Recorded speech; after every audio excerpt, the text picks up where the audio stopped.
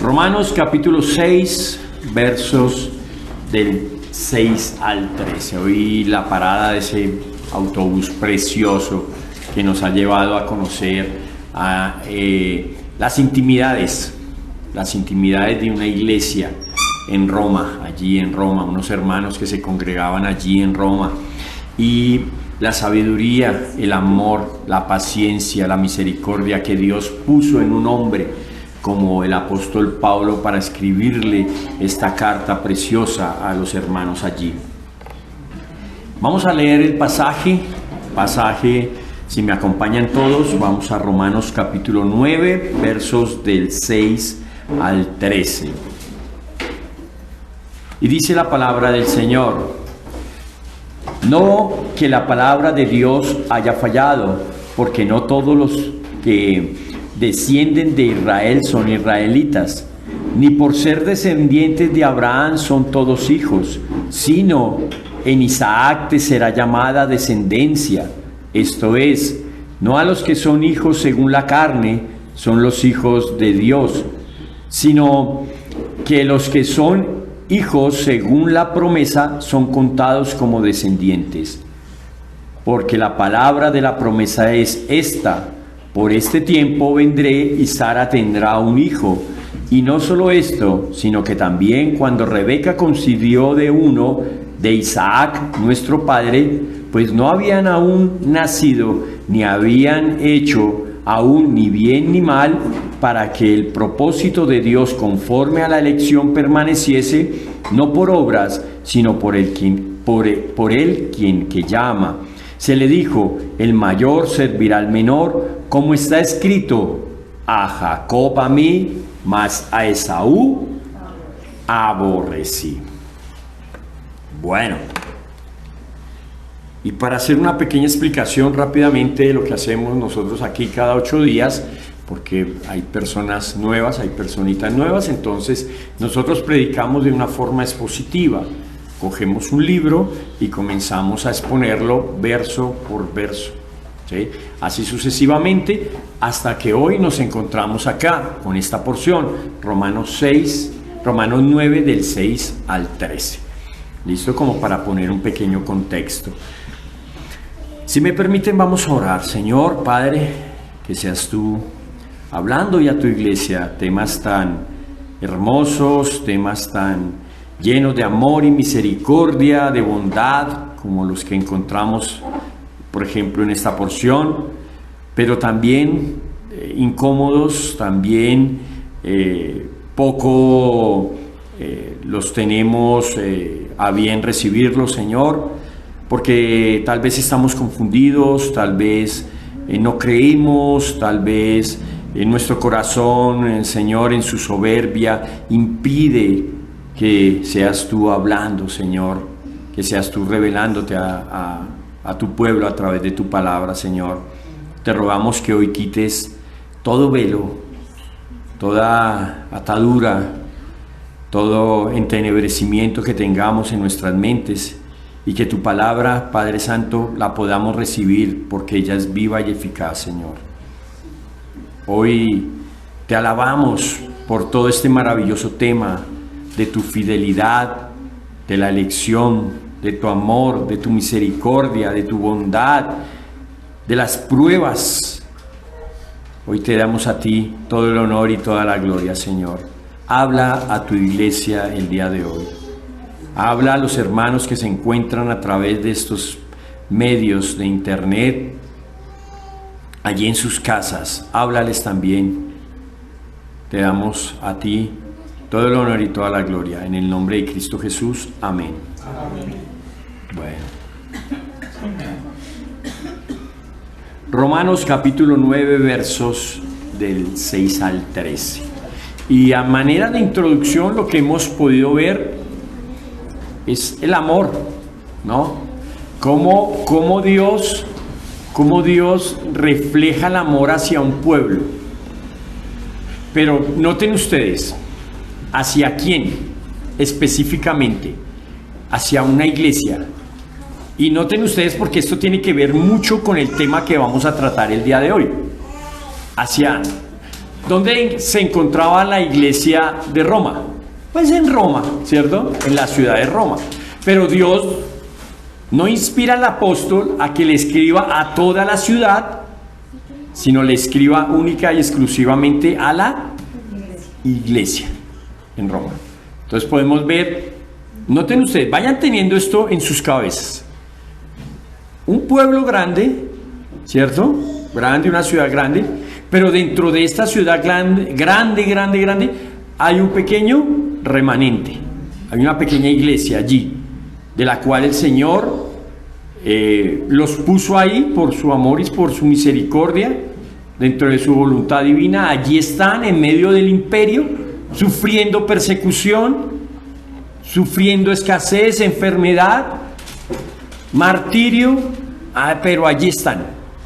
Y el Señor inspira, el Espíritu Santo inspira al apóstol Pablo para que les escriba una preciosa carta a este pequeño pueblo, este pequeño remanente, esta pequeña manada dentro de una gran ciudad.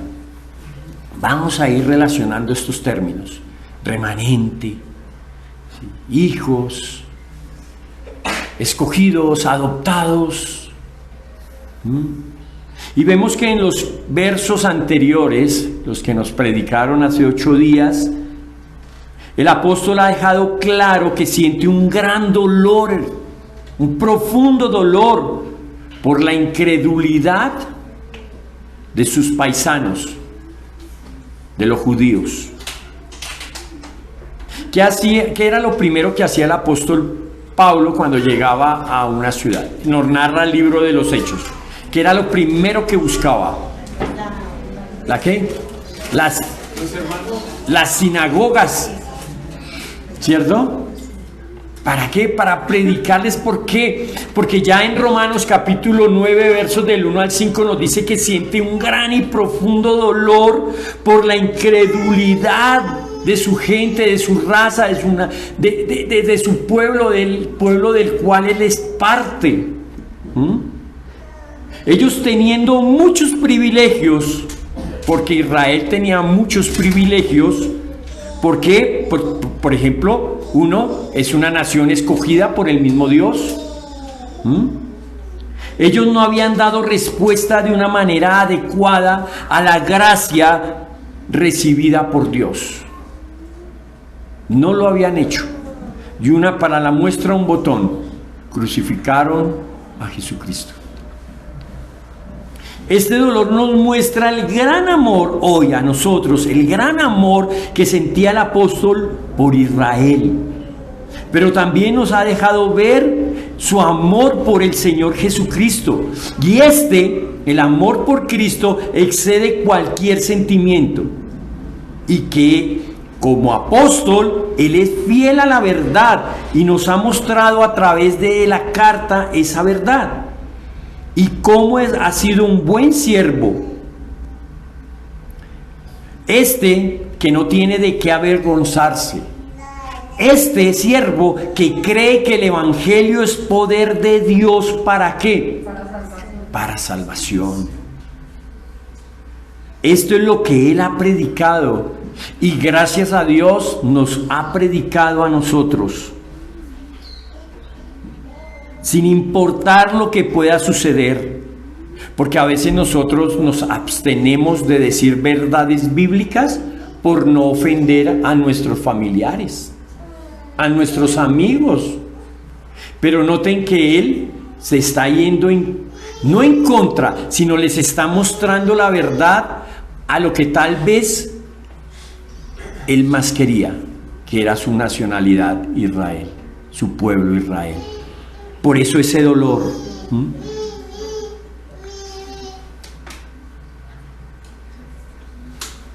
Él busca la manera en que todos pudieran escuchar estas buenas noticias de salvación.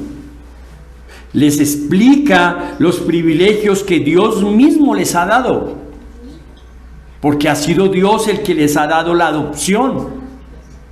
Les dio la ley, les dio el culto, las promesas, les dio a los patriarcas. Y la bendición más grande, les dio a Cristo. Él les dice que todo esto tiene un propósito. Pero vuelvo y les digo, mire, ¿para todo Israel? No.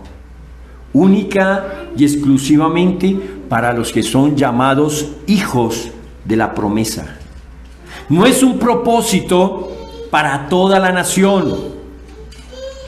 Solo es un propósito para los que han sido adoptados, que ya lo hemos visto, a los llamados, a los predestinados, para los hijos de Dios y para los que han sido sellados con el Espíritu Santo. Y eso se ha demorado 8 capítulos en explicar todo esto, para llegar, llamémoslo así, a una conclusión que nos va a tomar del capítulo 9 más o menos al final del 12, que habla de este asunto, de la elección.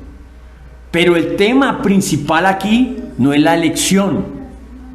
El tema principal aquí es la fidelidad de Dios al mantener, llamémoslo así coloquialmente, sanos y salvos a un remanente, a un pueblo escogido.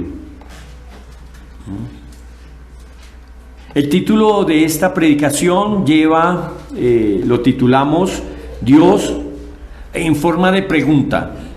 ¿Dios ha dejado de ser fiel con su pueblo? Y bueno, yo no les voy a decir que levanten la mano. Ahí ustedes, pero ¿quién no ha pensado esto? ¿Quién no ha pensado que Dios ha dejado de ser fiel con su pueblo? Por lo menos yo varias veces. Señor, pero ¿por qué pasan? Porque se entera uno de que mataron cristianos en el Medio Oriente. Pero Señor, ¿por qué? Porque habiendo tanta gente en el mundo, tanta gente tan mala en el mundo, ¿por qué tienen que padecer y morir los cristianos? Y no por narcotráfico, por ser mala gente, no, por predicar tu nombre. ¿Por qué? No sé si solo me ha pasado a mí, pero yo a veces pensaba, Dios ha dejado de ser fiel con su pueblo. Y vamos a ver que no solo me pasa a mí, también a la iglesia en Roma le pasaba lo mismo. Está dividida en 3 partes. La palabra de Dios no falla, versículo 6. Del 7 al 10, 3 argumentos de que la palabra de Dios se cumple. Se cumple porque se cumple. Y del 11 al 13, el propósito de Dios se logra a pesar de. Vamos a ver a pesar de qué. Vamos a ver. Comencemos. Versículo 6. No que la palabra de Dios haya fallado, porque no todos los que descienden de Israel son israelitas. Ustedes imagínense, yo pongo este ejemplo. No cabe la comparación, es un ejemplo. Martín Lutero, ¿contra qué se enfrentó en su tiempo? Contra la iglesia de Roma, el imperio, los que mandaban, el gobierno, ¿cierto? Ellos mandaban en todo, todas las áreas. Sería fácil para Martín Lutero pararse delante de los concilios, de las dietas, de todo esto, a predicar la palabra del Señor única y exclusivamente. No. Estaba contra, ¿sí?, el imperio de la época. Ahora, noten ustedes lo que el apóstol le está diciendo a una nación que se creía ser aventajada sobre otras por el hecho de que Dios les hizo unas promesas. Les dice, no, la palabra de Dios no ha fallado, porque en la palabra de Dios dice que no todos los que descienden de Israel son israelitas. Esto debió haber sido como un baldado de agua fría para un judío. Pero el apóstol, vean, noten ustedes cómo es el amor de Dios. El apóstol Pablo sale al paso por si hay alguna duda. Que vuelvo y les digo, no sé si le pasó a ustedes, Yo creo que en la iglesia en Roma sí, porque el apóstol se tomó el tiempo para escribir esto y me pasó a mí. O algún malestar por todo lo que la iglesia en Roma está viendo. La iglesia en Roma se componía básicamente de judíos cristianos y gentiles cristianos. Pero estos judíos cristianos estaban ahí, ¿sí? Y se estaban preguntando, si Dios es fiel, ¿por qué muchos de los de nuestro pueblo han rechazado e incluso ellos llegaron en gran medida a ser responsables de la muerte de Cristo? ¿Por qué? ¿Será que acaso Dios ha fallado? ¿Y será que acaso esta iglesia, este pequeño remanente es el plan B? Dios se equivocó en el plan A, pero esta es la iglesia, aquí en Roma, estamos aquí, ¿y será acaso el plan B de salvación? Noten, Dios dio promesas maravillosas a su pueblo escogido. Eso sí lo sabemos todos, ¿cierto? Dios escogió a Israel, ¿sí? Y dio promesas. ¿Qué les prometió? Una tierra, ¿cierto? Les prometió una tierra. Prometió que de Abraham vendría una gran nación. Eso se los prometió. También le prometió que siempre serían su pueblo y que él sería su Dios. Eso se los prometió, ¿sí? Les prometió que los protegería y que los sustentaría por siempre.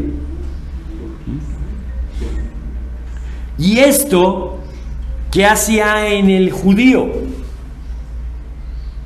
Era una forma de inflarlos, de inflarles su ego, su orgullo, su confianza. Muchas veces en las escrituras vemos que se jactaban de esto. Miren lo que pensaban ellos: se salvarían solo por nacer en Israel. Solo por nacer en Israel ya soy salvo, ya tengo pasaje directico. Y lo triste es que hasta hoy siguen pensando lo mismo. ¿Cuál es el problema? ¿Cuál ha sido el problema? ¿Dios falló? ¿Dios incumplió? ¿O el problema aquí ha sido la incredulidad del hombre? Aquí ya nos vamos metiendo el dedo en la llaga. ¿Cuál ha sido el problema? ¿Falló Dios? ¿Incumplió Dios sus promesas? O mejor volteémonos y veamos al hombre, su corazón, cómo ha sido, cómo nos lo ha mostrado a través de toda la escritura, desde allá, desde Génesis, cómo ha sido. Si las promesas, noten ustedes lo que podían estar pensando los hermanos en Roma y lo que tal vez muchos de nosotros, aunque no lo digamos, hemos pensado. Si las promesas, si la palabra de Dios falló con su pueblo, porque muchos judíos no han ido al cielo, ¿sí? Y otros ni irán, ¿sí? Falló con su pueblo escogido, porque Dios los escogió. ¿Qué podemos esperar nosotros como iglesia? ¿O qué podía estar esperando la iglesia en Roma si la palabra falló? Pero noten, lo que está predicando Pablo y que debemos seguir hoy predicando es que Dios no cambia. Él es inmutable. Y así como no cambia, su palabra, sus promesas tampoco cambian. Aquí la pregunta no es que si Dios ha fallado. La pregunta aquí es mejor que no ha cambiado. No es que Dios haya fallado, que no ha cambiado. Desde Génesis capítulo 3 en adelante, ¿qué no ha cambiado? El corazón del hombre. Pero el otro argumento que se podría levantar era: ¿qué pasa con los judíos que rechazaron a Cristo? Si Dios prometió que les iba a dar adopción, los pactos, la ley, el culto, las promesas, los patriarcas y al Mesías, entonces los judíos también enfrentarán la ira de Dios y no participarán en el reino de los cielos por rechazar a Cristo. Si Dios prometió todas estas cosas, ¿por qué muchos israelitas no verán el cumplimiento de todas estas cosas? Perdón. Pues definitivamente Dios sí falló en guardar su palabra. ¿Ustedes qué pueden pensar de unos hermanos que Dios les ha prometido que serían suyos, que nada les pasaría, que les dio sus promesas, que les dio su palabra, y salen de la iglesia, los cogen y mandan a sus hijos al circo romano? ¿Qué está pasando acá? ¿A qué estamos jugando? ¿Qué estamos haciendo? ¿Sí? Si te estamos sirviendo, Dios. ¿Cómo mi hijo muere de esa forma? ¿Cómo mi esposa muere quemada? ¿Cómo mis padres mueren atravesados por lanzas? Si yo te alabo y yo te sigo, entonces tus promesas fallaron, tu palabra falló. Pero como iglesia, noten ustedes, debemos descansar en esto.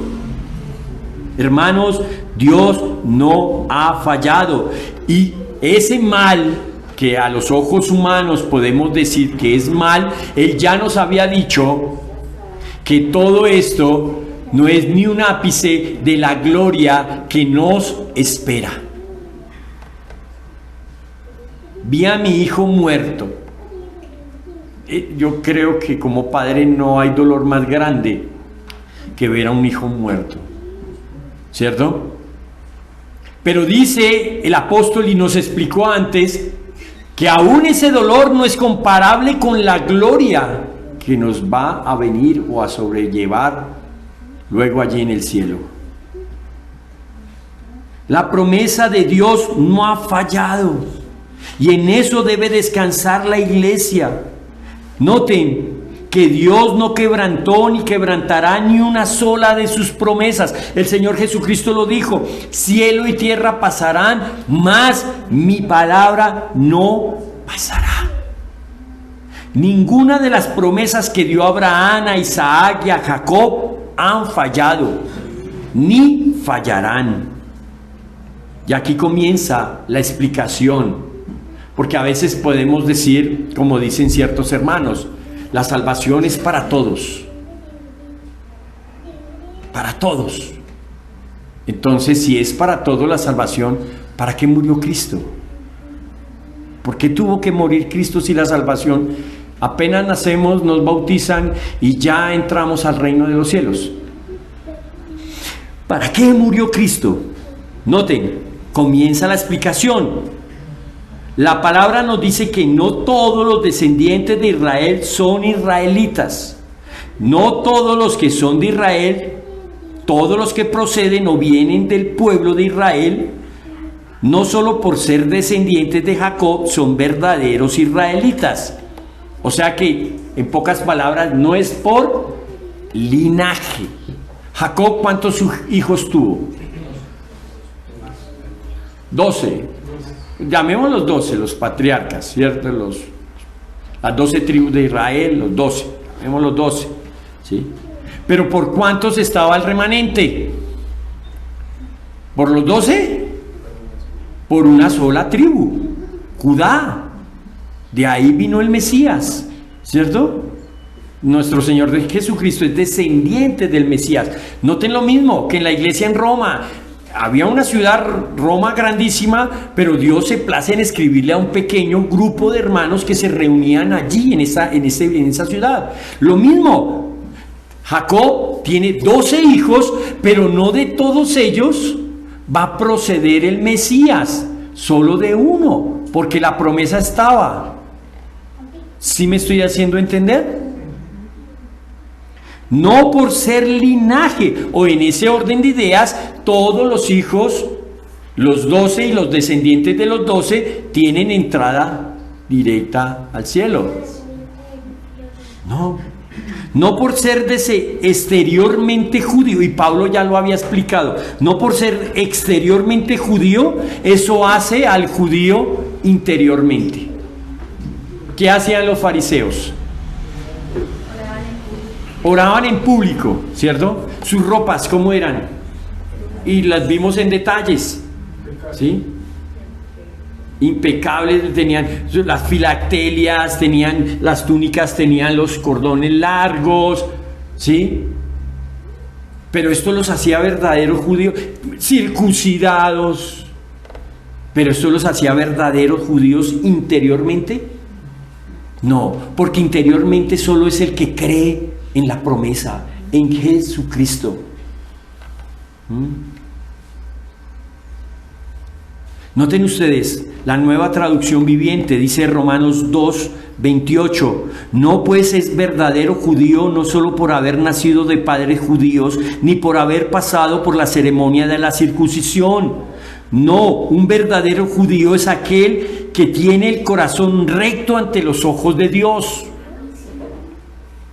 La verdadera circuncisión no consiste meramente en obedecer la letra de la ley, sino que es un cambio de corazón y es producido por el Espíritu de Dios. Y una persona con un corazón transformado busca no la aprobación de los hombres, sino la aprobación de Dios. Y así mismo hoy vemos el ejemplo del Nuevo Testamento son los fariseos, ¿cierto? Pero hoy hay asimismo un ejemplo. No todo el que se diga yo soy cristiano se salvará por tan solo decir que es cristiano. Hermanos, hay un medio de salvación y este medio no ha cambiado. Prometido en el Antiguo Testamento es el mismo que ha sido prometido en el Nuevo Testamento. Cristo. No por ser descendientes, no por linaje, no por nacionalidad, no, es por Cristo. Desde el principio, salvo por fe, no por obras. Sabed, por tanto, que los que son de fe, estos son los hijos de Abraham. La Escritura, previniendo que Dios habría de justificar por la fe a los gentiles, dio de antemano la buena nueva a Abraham, diciendo, en ti serán benditas todas las naciones, de modo que los que de la fe son bendecidos con el creyente Abraham. Hermanos, no es por obras. Y eso también ya nos lo ha explicado el apóstol. Es por fe. Si notan por qué se ha dedicado tanto tiempo a explicar tantas cosas para llegar a esta conclusión. Iglesia, no dudemos de la fidelidad de Dios. La fidelidad de Dios no implica que Él tenga que hacer todo lo que nosotros queramos. No implica eso. La fidelidad de Dios se basa en que Él hace todo lo que desde antes de la fundación del mundo se ha propuesto hacer y ha prometido hacer. Punto. Gústenos o no nos guste. ¿La palabra de Dios falló? ¿Las promesas fallaron? No. Entonces, miren, noten, testigos de que la palabra de Dios al escoger un remanente dentro de Israel no falló. Nicodemo, José de Arimatea, cada uno de los 12 discípulos, ¿de dónde eran? Judíos de Israel. Las 5,000 personas que se convirtieron al Señor en los primeros sermones allá en Hechos de Pedro en Jerusalén, ¿de dónde eran? ¿De qué nacionalidad eran? Judíos.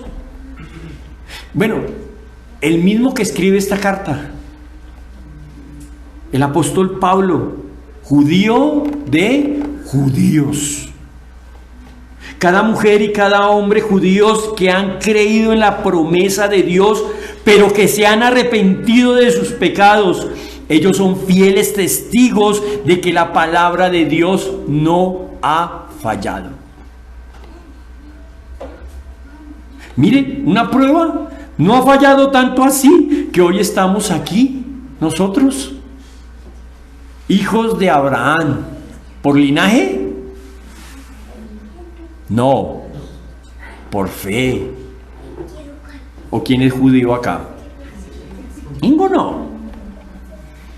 En ti serán benditas todas las naciones de la tierra.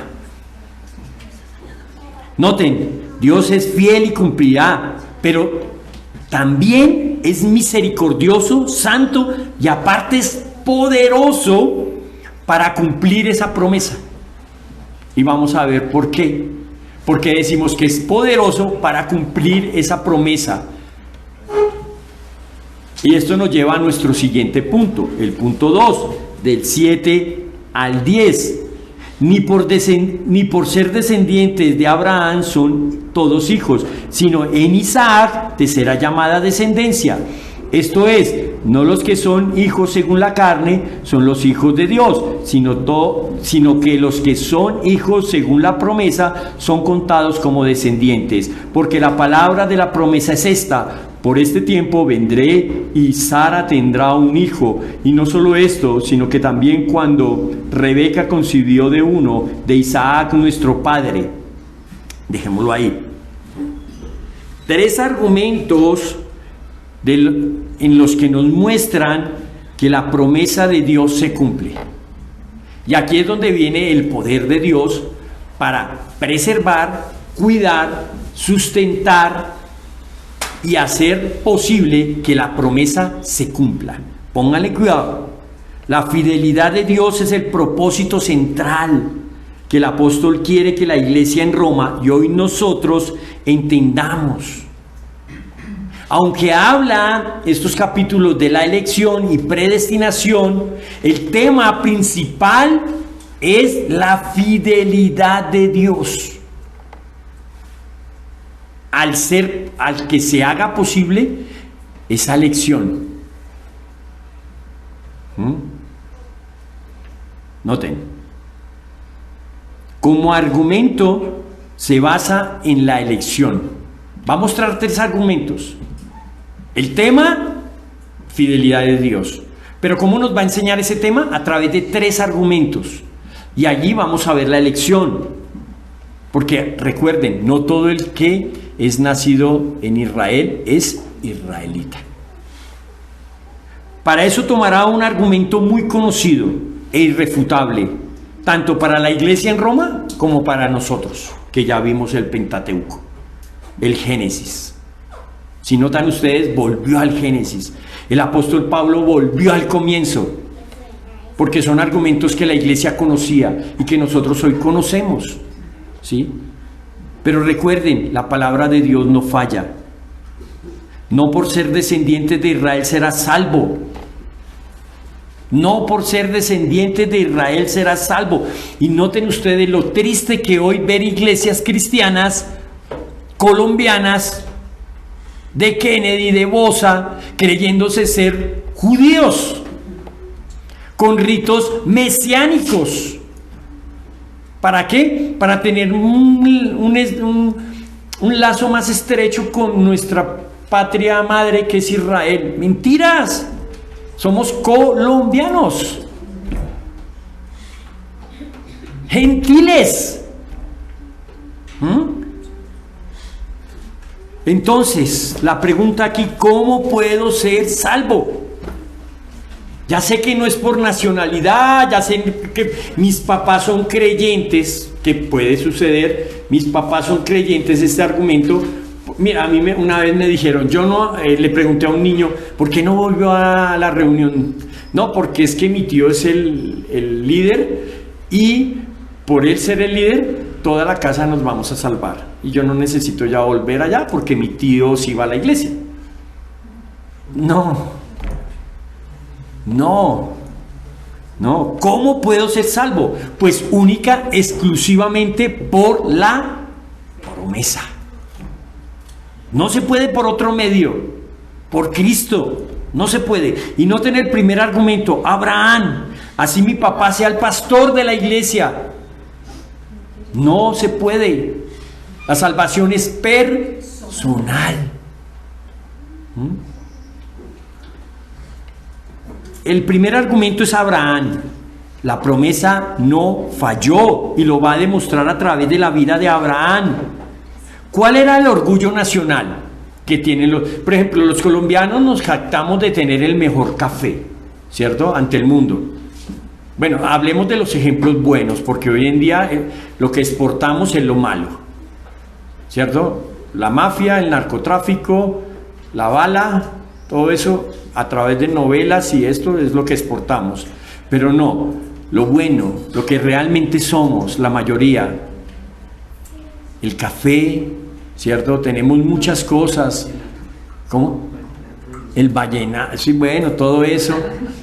Tenemos cosas que sentirnos orgullosos por Dios habernos puesto en esta patria. Pero el orgullo del judío estaba basado en que era hijo de Abraham, ¿cierto?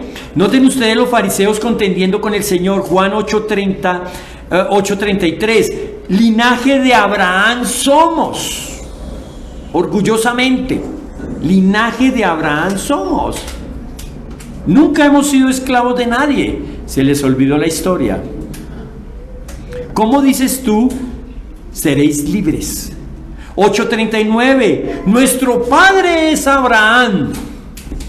8:41. Nosotros no somos nacidos de fornicación. Un padre tenemos, a Dios. Ese era el orgullo de esta nación, de estos hombres, ser descendientes directos, de raza.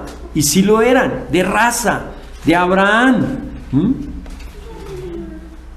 Pero si podemos, si me permiten darle un título a esto, podemos ver la historia de la promesa, comenzando por Abraham. ¿De dónde saca? Y esto también se les olvidó a los judíos, que Abraham no todo el tiempo fue judío, fue gentil también, porque él lo sacó de Ur de los Caldeos, de una tierra pagana.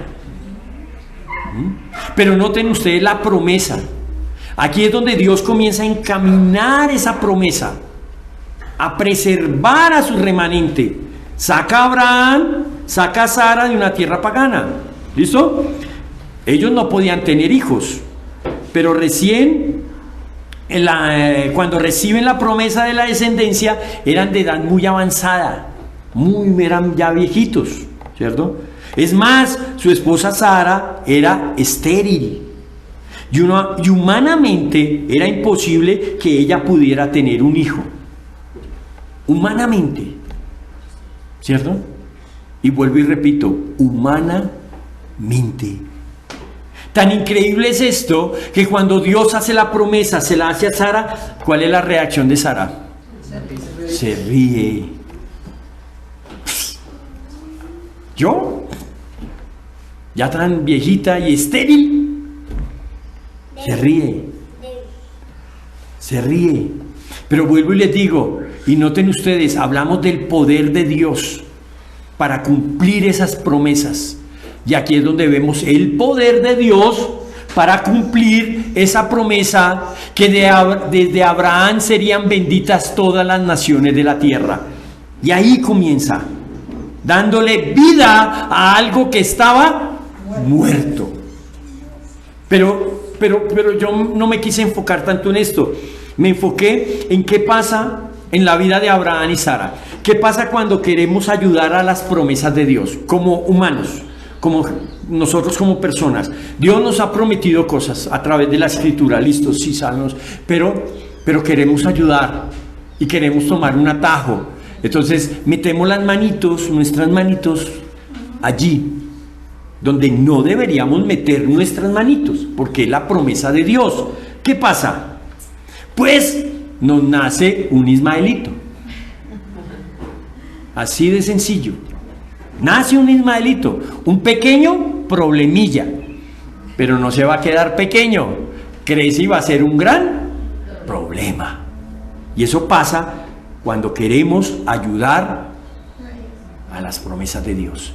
Dios le había prometido descendencia a Abraham. Dios le prometió descendencia a Sara. Entonces, ¿por qué utilizaron a Agar para ayudarle a Dios en cumplir esa promesa? Si Dios lo había prometido. Bueno, y no miremos tanto a Sara ni a Abraham, porque nosotros somos tal vez peores que Sara y Abraham muchas veces. Noten el hijo de la promesa. Pasaría 25 años,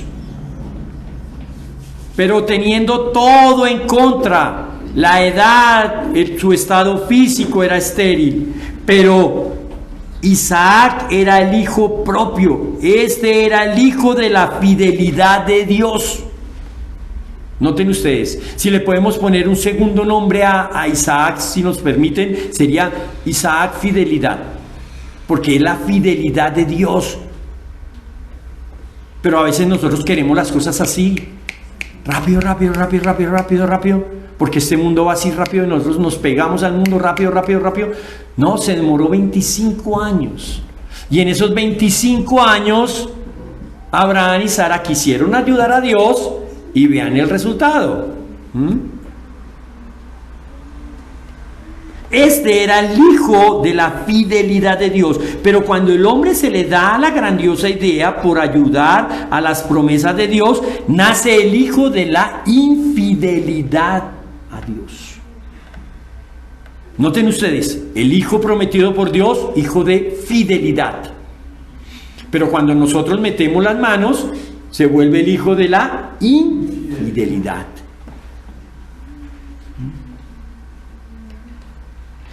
¿Sabe de qué también? Hijo, si se puede poner un tercer nombre, infidelidad e incredulidad. Porque a veces no creen, no, pero ¿cómo Dios nos va a dar esto? No, venga yo, no, es que es imposible. Venga, yo meto las manos y ayudo, ¿cierto? Empujo, meto la empujadita, no le creo en la promesa, no creo en la fidelidad de Dios y me nace un Ismael. Hermanos, Dios lo dijo y Dios lo hace. ¿A pesar de qué? De nuestra incredulidad y nuestra infidelidad. Él es fiel. Él es fiel a pesar de estos dos aspectos de nuestras vidas. El segundo argumento, Isaac. Noten, Isaac no era el único hijo de Abraham, ¿o sí? No, también estaba Ismael. Y por derecho propio la primogenitura debería ser ¿de quién? De Ismael. Fue el primero, ¿cierto? El primogénito. Pero mucho tiempo después, varios años después, nació Isaac, el de la promesa. De modo que los dos, tanto Isaac como Ismael, eran hijos legítimos de Abraham, ¿o no? Sí. Eran de la simiente de Abraham. Pero solo uno podría recibir todas las bendiciones de la promesa. Uno. Y este era Isaac, porque era el que Dios había prometido. Miren, noten ustedes la vida de... Me encanta, no vamos todos, sino vemos solo un aspecto. Génesis capítulo 22, no lo busquen, lo vamos aquí rápidamente. Cuando Dios preserva la vida de Isaac. Es de los capítulos que a mí más me han conmovido. Como Dios le dice, entrégame a tu hijo. Señor, pero tú me lo diste. Entrégame a tu hijo, a tu único hijo, al que más amas. Y Abraham va y hace su altar, hace su todo, acuesta al chino allí, lo va a sacrificar y ¿qué dice el Señor? No extiendas la mano sobre él, no lo mates. ¿Sí? Y además de eso, ¿qué hace Dios? Provee un sacrificio. Si notan ustedes cómo Dios prometió algo a Abraham, ¿cierto?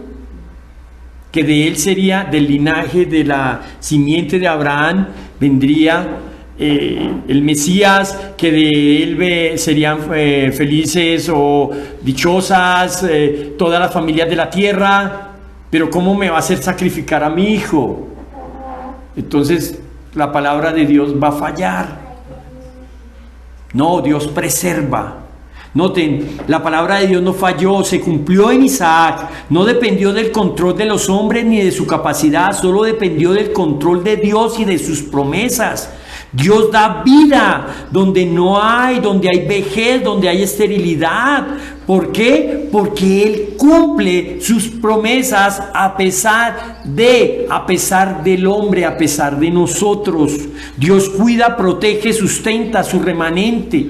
Tanto así que el apóstol Juan dice, Juan capítulo 1, verso 13, los cuales no son engendrados de sangre ni de voluntad de carne, ni de voluntad de varón, sino de Dios. Ese son el remanente, ese es el pueblo escogido por Dios, no los que tratamos de ayudar y meter la mano allí, no, sino los que Dios desde antes de la fundación del mundo conoció, llamó, predestinó, justificó, y a estos también futuramente los va a glorificar. Eso es. Noten ustedes el choque de Pablo con los judíos y hoy nosotros con la palabra, porque a veces nosotros nos cuesta creer que Dios tiene un remanente, pero que mi hijo no se va a salvar, que mi papá no se va a salvar. No, Dios tiene que estar equivocado. Pero si es tan buena gente, si es tan obediente, si es tan sencillo, no es por eso, no es por obras, es por fe en Cristo Jesús. Podemos estar tan confiados nosotros hoy aquí y tan cómodos hoy, vean, estrenando sillas, que por más que quiera ser cristiano, por más moda, sí, porque ser cristiano hoy en día está de moda, por más de que leas la Biblia, por más de que vengas a la iglesia, por más de que seas bautizado, por más de que ofrendes juiciosamente, todo esto que lo debes hacer, si eres realmente cristiano, debes hacer todo esto, ¿sí? Pero esto no te convierte en cristiano. Hoy no hay creyentes que nacen de creyentes. Y vuelvo y les pongo el ejemplo de los niños. Aquí tenemos un bonito remanente de polillitas. Andan por ahí. ¿Sí? Nuestra esperanza y oración es que todos conozcan a Cristo como Señor y Salvador. Pero la palabra dice que puedes hacer todo esto, leer la Biblia, venir a la iglesia, bautizarte, ¿sí? Hasta nacer físicamente en un lugar como ellos lo han hecho, porque todos los pequeñines que están aquí nacieron aquí. Pero si no has nacido de nuevo, no eres más que un impío mojado. Hoy como ayer solo hay un requisito: arrepentimiento. Juan el Bautista lo predicó, Cristo lo predicó, los apóstoles lo predicaron. Hoy no ha cambiado el mensaje. ¿Quieres ser hijo de la promesa? Sí, arrepiéntete. No. Hoy puedes estar aquí, pero ir cómodamente directico al infierno. Y lo peor es que vas confiado, pero en tus propias fuerzas, no en la voluntad ni en la promesa de Dios. Si te has examinado hoy y ves que confías en la obra, en la promesa de Dios y no en tus fuerzas, puedes decir que no fue una película, que no fue una canción, que no fue porque te hicieron sentir bien en este lugar, sino por la promesa de Dios. Puedes decir junto con el apóstol Pablo que así que, hermanos, nosotros como Isaac somos hijos de la promesa. Gálatas 4:28. La palabra de Dios no falla, se mantiene fiel. El tercer argumento, Jacob. Noten este argumento. En el caso de los hijos de Abraham, Isaac y Ismael, se podría pensar y decir que la elección fue porque tuvieron madres diferentes, ¿cierto? Bueno, Dios escogió a Isaac porque era hijo del matrimonio y no escogió al otro porque era el hijo de la ayuda que les quisieron dar a Dios, ¿cierto? Para cumplir su promesa, hijo de la esclava. Sus nacimientos fueron diferentes. Uno nació y después de varios años nació el otro. Pero noten este caso, el de Jacob y su hermano. Nacieron de la misma madre. Compartieron el mismo vientre. Porque la versión de la Biblia de las Américas dicen que eran mellizos. Eran del mismo padre, el mismo día de nacidos. Y en este caso, el primogénito también fue rechazado. Y el menor alcanza la bendición. Bueno, si fuera la voluntad de nosotros, de los hombres, no de Dios, muy seguramente escogeríamos a Esaú. Porque culturalmente, el mayor es quien obtiene la bendición y la preeminencia. Es más, en muchos casos, es el preferido. Notemos que aún así fue preferido el hermano mayor. Eso lo narra Génesis 25-28. El papá prefirió al hermano mayor, ¿cierto? A Esaú. Pero la elección no depende de ti, ni de mí, ni de la mamá, ni del papá de estos muchachos. Depende única y exclusivamente, es prerrogativa de Dios. Y aquí nos muestra estos tres argumentos que básicamente son el mismo. Dios escoge a un pueblo, un remanente. ¿Cuántos hijos tuvo Abraham? 2, pero escogió a uno. ¿Cuántos hijos tuvo Isaac? Sin miedo. 2, pero escoge a uno. ¿Cuántos hijos tiene Jacob? 12, pero escoge a uno. Y esto nos lleva a nuestro siguiente punto. El propósito de Dios se logra a pesar de. 11 al 13.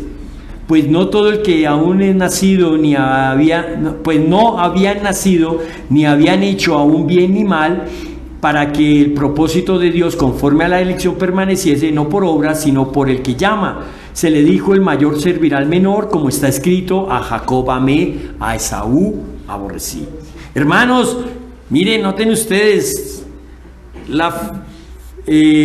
gracias a Dios la elección no depende de nosotros, no depende, ¿sí? ¿Por qué? Porque nosotros, a contrario del Señor, somos mutables. Él es inmutable, nosotros sí cambiamos. Lo que hoy nos parece bueno, mañana puede llegar a parecernos mal, y así somos. No somos imparciales, tenemos nuestros preferidos y muchas veces hacemos acepción de personas. No, pero ¿cómo le voy a predicar si vean eso? Ese estilo de vida que lleva, no, ese ya tiene su cupito en la quinta paila, ese no se va a salvar. No. Hermanos, gracias a Dios la elección es única y exclusivamente, o depende única y exclusivamente de Él, de Dios, de su fidelidad, de sus promesas. No depende del esfuerzo humano, no depende de nuestras capacidades o logros, no depende de cuánto tengas, no depende de que quieras correr o cuánto corres, no depende de tus obras, solo depende de la fidelidad de Dios. La palabra de Dios no ha fallado, sus promesas se cumplen a pesar de qué, de la incredulidad y la infidelidad de los hombres. Y hoy aquí nosotros, hermanos, Dios muestra hasta hoy su soberanía al escoger un pueblo desde antes de la fundación del mundo. ¿Desde cuándo escogió a Abraham sacarlo de Ur de los Caldeos? Desde antes de la fundación del mundo. ¿Desde cuándo escogió a Isaac? Desde antes de la fundación del mundo. A Jacob, desde antes de la fundación del mundo. A ti y a mí, desde antes de la fundación del mundo. La adopción, los pactos, la ley, el culto, las promesas, los patriarcas, Cristo. Hoy tenemos esto en la palabra de Dios y es tan así que se cumplirá. Hermanos, Dios muestra hasta hoy su soberanía. en poder nosotros estar aquí sentados. Su palabra se cumple. No dudemos de su legitimidad, de su veracidad. La palabra de Dios no falla, y a pesar del hombre, hay un remanente que da testimonio de ese cumplimiento. Y ustedes hoy pueden dar testimonio porque son el remanente de Dios. ¿Cómo un asesino de su pueblo puede gozar de la gracia de Dios? Un asesino como Pablo la goza porque la palabra de Dios no falló. No importa del lugar donde vengas o donde hayas nacido, lo importante es la promesa. Hermano, no importa si eres o no primogénito, lo realmente importante aquí es la soberanía de Dios al dar estas promesas al que Él quiere. Nota tu llamamiento, porque es que a veces nos quedamos solo en la Biblia, pero ¿cómo nos llamó Dios a nosotros? En una manera sobrenatural, como un vientre estéril y lleno de años. Así nos encontrábamos muertos en delitos y pecados. Pero para que se cumpliera la palabra de Dios, para que viéramos que Él es fiel a sus promesas, nos dio vida sobrenaturalmente. A pesar de nosotros mismos, de querer ganar lo que no puedo, Él es fiel y prometió un sacrificio que haría lo que nosotros por más obras, por más grandes obras, no podemos llegar a ser, aceptos delante de Dios. ¿Nos prometió salvación? Sí. ¿Y lo merecíamos? No. Pero nos dio a Cristo. Por su fidelidad cumplió lo que prometió. Allá en Génesis capítulo 3, verso 5, el hombre cae. Y Él prometió una simiente. Ahora bien, a Abraham fueron hechas las promesas y a su simiente. No dice las simientes como si hablase de muchos, sino como de uno, de su simiente, la cual es Cristo. Él prometió desde el principio a Cristo. ¿Y lo dio? Sí, sí lo dio. Hermanos, ¿qué tenía Abraham? ¿Qué tenía Abraham de especial? Un mentiroso, mintió. No mintió. Esta es mi hermana. No, era la esposa. ¿Qué tenía Isaac de especial? Volvió a repetir la historia del papá. Bueno, pero estos dos pasan, son más. Pero ¿qué tenía? Un engañador, un suplantador, como Jacob, para que Dios de su simiente haga herederos de la promesa. ¿Qué tenía de especial estos hombres? Pues sí, tenían algo en especial. Fe en la misma promesa. En lo que creyó Abraham, en eso creía Isaac y en eso creía Jacob. En Cristo. Hermano, la elección de Dios es la expresión de la voluntad y misericordia de Dios. No es una respuesta al mérito o a la respuesta humana, porque por gracia sois salvos por medio de la fe, y esto no es un don de nosotros, sino es un don de Dios. Muchas veces nos hacemos la pregunta, ¿por qué eligió Dios a este?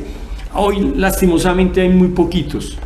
Habemos muy poquitos en este lugar, pero si podemos voltear al lado y mentalmente decir, ¿qué tiene este? ¿Por qué eligió al que está aquí? Esa pregunta también está mal formulada. ¿Se acuerdan la primera mal formulada cuál fue? La primera es que si la palabra de Dios falló, y no, Dios no falla, el que falla es el hombre. Y esta también está mal formulada. A veces volteamos a mirar con ese orgullo, ¿y por qué escogió a este? No, la pregunta es así: Dios, ¿qué viste en mí para salvarme? Hermanos, ¿nos merecemos la fidelidad de Dios? ¿Nos merecemos sus promesas? No. Éramos enemigos de Dios. ¿Dios está en deuda con el hombre que lo tiene que salvar? No, fue por el puro afecto de su voluntad que lo hizo. Y hoy podemos pensar como la iglesia en Roma: si su palabra es fiel, ¿por qué la gente se sigue perdiendo? Gente querida, gente que amamos, que está al pie de nosotros, se pierde. ¿Falló Dios? No. ¿Por qué? ¿Por qué pasa esto? Porque hoy sigue vigente el mismo requisito para la salvación, arrepentimiento, y no todos se arrepienten. Dios prometió un Mesías y Dios cumplió, vino el Mesías, pero los hombres que hicieron, amaron más las tinieblas que la luz admirables porque sus obras eran malas. Hoy como ayer Dios es tan fiel y su palabra es tan fiel que sigue llamando al arrepentimiento. Sigue utilizando iglesias para que llamen al arrepentimiento. Noten la elección aún sin haber nacido, sin aún haber hecho ni bien ni mal. ¿Por qué Dios hace eso? Porque Dios escoge a uno, ama a uno. Ha llamado, dice el 8:30, a los que llamó. Ama al uno y aborrece o ama menos al otro. Escoge al uno y no escoge al otro. Hermanos, el juicio de Dios no debería... A veces pensamos, pero ¿por qué Dios es tan injusto? Si son bebés, no han hecho nada. No deberían asombrarnos el juicio de Dios, porque todos los seres, no solo Esaú merecía ese juicio, nosotros también merecíamos ese juicio. Llámese en gentiles, llámese en judíos, eso es lo que nos merecemos, el juicio de Dios. Lo realmente asombroso y lo que nos debe hacer bailar y saltar en una pata es que Dios es grande y su gracia es grande y su amor es grande y nos ha escogido. Noten cómo a un enemigo como ustedes y yo ahora se les pueda decir hijos. Y este es el argumento final de Pablo. Pablo les demuestra la fidelidad de Dios al salvar un pueblo, un remanente, dentro de otro pueblo. Y hoy pasa lo mismo. Noten palabras del Señor Jesús: no todo el que me diga Señor, Señor, entrará en el reino de los cielos. ¿De dónde viene ese amor? ¿Ese amor es nuevo? No, viene desde antes de los tiempos de los siglos, 2 Timoteo 1:9. ¿Y para qué es todo esto? Y ya con esto acabo. ¿Para qué es todo esto? Porque ha dado su palabra de salvación a un remanente para alabanza única y exclusivamente de su gloria. ¿Y cómo debe reaccionar ante esta fidelidad del hombre? Con humildad. Hermanos, ni tú ni yo lo merecíamos. ¿Por qué nos enorgullecemos de algo que no nos merecíamos? Tenemos que ser humildes ante la voluntad de Dios. Tenemos que ser humildes ante las promesas de Dios, ante la fidelidad de Dios, reconocer que soy infiel y mejor agachar la cabeza y decir: Señor, no soy digno. Pero si es tu voluntad, así sea. Gracias. Con gratitud. De todo el mundo te has placido en escogerme. ¿Qué me viste? Porque si fuera por mí, yo me elimino solito. Y gozo, hermanos, debemos sentirnos que no vamos a ir al infierno, porque Dios desde antes de la fundación del mundo lo prometió. Hermanos, la palabra de Dios no falló, su fidelidad no falló. Romanos 9:27, también Isaías clama tocante a Israel: si fuere el número de los hijos de Israel como la arena del mar, ¿quién será salvo? Tan solo el remanente.